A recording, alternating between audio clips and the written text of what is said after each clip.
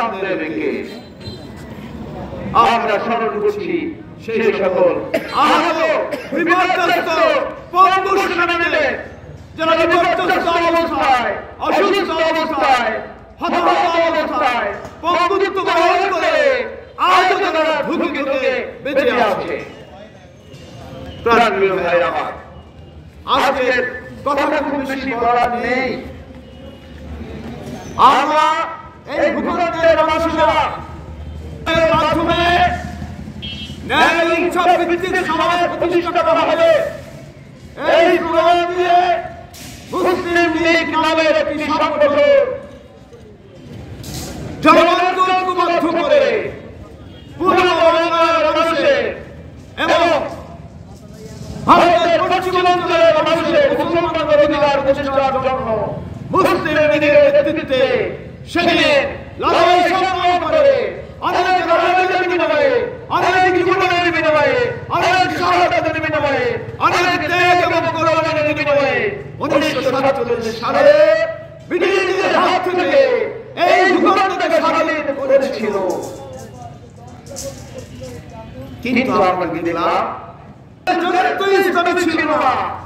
তাদের কার্যক্রম, তাদের কাঠামো, তাদের পরিকল্পনা, তাদের কোন প্রোগ্রামের মধ্যে ইসলাম ছিল না। তারা পাশ্চাত্য স্টাইলে বাংলাদেশ এবং পাকিস্তানের উপর তারা শাসন কাঠামো প্রতিষ্ঠা করেছিল। তারা নির্যাতন নিষ্পেষণ চালিয়েছিল, তারা স্বৈরাচার প্রতিষ্ঠা করেছিল, তারা বৈষম্য সৃষ্টি করেছিল, সৃষ্টি করেছিল পশ্চিম পাকিস্তান এবং পূর্ব পাকিস্তানের মাঝখানে। কথা ঠিক কিনা বলেন? সুতরাং মাত্র 30 বছরের ব্যবধানে পূর্ব পাকিস্তানের মানুষেরা বর্তমান যে বাংলাদেশের স্বাধীন নাগরিক, সেদিন তারা ছিল তাদের অধীন। পশ্চিম পাকিস্তানের শক্তির বিরুদ্ধে সেদিন তারা লড়াই সংগ্রাম করে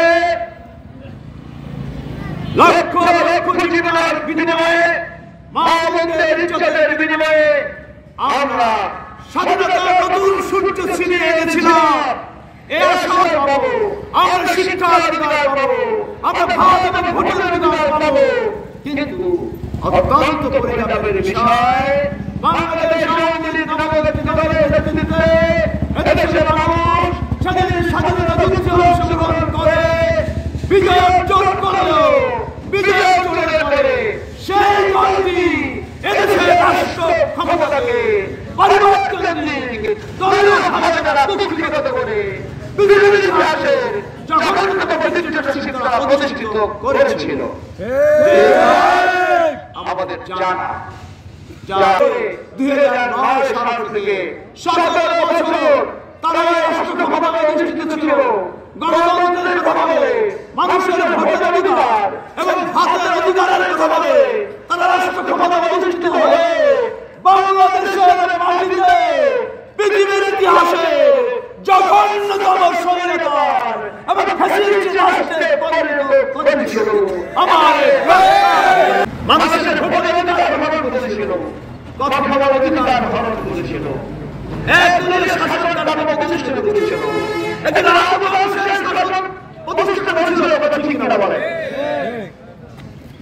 এদেশের ইসলামপন্থী জনগোষ্ঠীকে এদেশের মাটিতে নিশ্চিহ্ন করার জন্য ভারতীয় গণতন্ত্র মুসলমানদের উপর তারা অন্যায় অত্যাচার নির্যাতন চালিয়ে এদেশ থেকে ইসলামকে উৎখাত করার ষড়যন্ত্রে লিপ্ত হয়েছিল এবং তারা মূলত প্রোগ্রাম করে এদের শাসন করলো। মূলত ভারতের নির্দেশিকারা এদের শাসন করেছিল। বাংলাদেশটি আমাদের স্বাধীন সার্বভৌম দেশ হয়েছিল। ভারতের একটি কলোনি রাজ্য, এটা দেশের নাম জানি কিনা বলেন? প্রাণপ্রিয় ভাইরা আমার,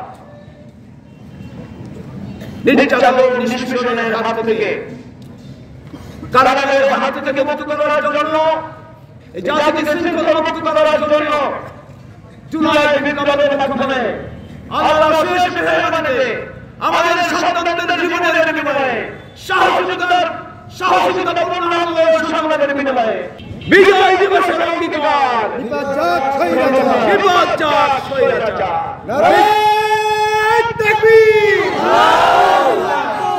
নারায়ে তাকবীর, আল্লাহু আকবার। আবু সাঈদের রক্ত ইজাজতে দেব না, সাঈদী ভাইয়ের রক্ত ইজাজতে দেব না, নিজামী সাহেবের রক্ত ইজাজতে দেব না, মুক্তু ভাইয়ের রক্ত ইজাজতে দেব না। নারায়ে তাকবীর, আল্লাহু আকবার।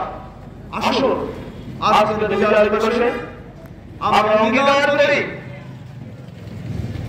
জুলাই বিপ্লবের মাধ্যমে আমাদের সন্তানরা আমাদের জন্য একটি পরিবেশ সৃষ্টি করে নিয়েছেন। এই পরিবেশকে অক্ষুণ্ণ রাখার জন্য ভবিষ্যতে সকল কুচক্রী মহলের হাত থেকে আমাদের স্বাধীনতা সার্বভৌমত্ব রক্ষার জন্য, নাগরিক অধিকার প্রতিষ্ঠার জন্য, ভারতীয় আধিপত্য শক্তির হাত থেকে এদেশের স্বাধীনতা রক্ষার জন্য প্রয়োজন হলে আমরা নতুন করে জনগণের সাথে নিয়ে ঐক্যবদ্ধ হয়ে লড়াই সংগ্রামে চালিয়ে পারব এবং মানুষের একমাত্র জনগণে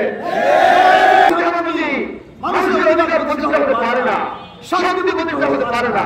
সুতরাং আসুন আজকের এই বিজয় দিবসে আমরা সিদ্ধান্ত গ্রহণ করি, এদেশের জনগণের সাথে মিলে বাংলাদেশের মাটিতে ন্যায়ভিত্তিক সমাজ প্রতিষ্ঠা করার জন্য, বাংলাদেশের মাটি থেকে চিরতরে সকল ধরনের বৈষম্য দূর করার জন্য, বাংলাদেশের মাটিতে ইসলামের আলোকে একটি সমাজ কাঠামো, একটি রাষ্ট্র কাঠামো প্রতিষ্ঠার জন্য, আগামী নির্বাচনে আমরা ইসলামের বিজয়ের জন্য সংঘবদ্ধভাবে লড়াই করে ভোট প্রদান করে ইসলামকে বিজয়ী করে রাষ্ট্র ক্ষমতা মহাগ্রন্থ আল কোরআন এবং আল হাদিসের পরিচালনা করার জন্য